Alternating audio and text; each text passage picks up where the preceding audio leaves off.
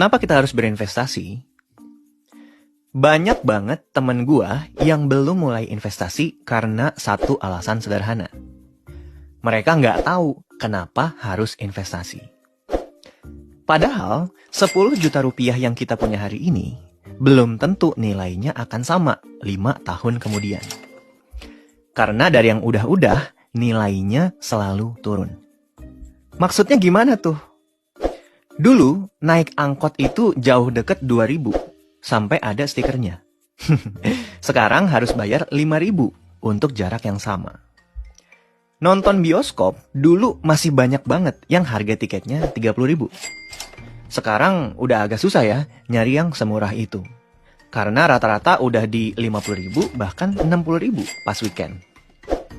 Dari dua contoh sederhana itu, gue yakin 10 juta rupiah yang kita punya hari ini, kemampuan belinya pasti bakalan turun 5 tahun kemudian.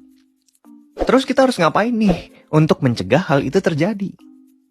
Itulah mengapa kita harus mulai berinvestasi. Investasi singkatnya adalah mengorbankan sebagian konsumsi hari ini dengan harapan apa yang kita korbankan tersebut menghasilkan lebih banyak lagi di masa depan.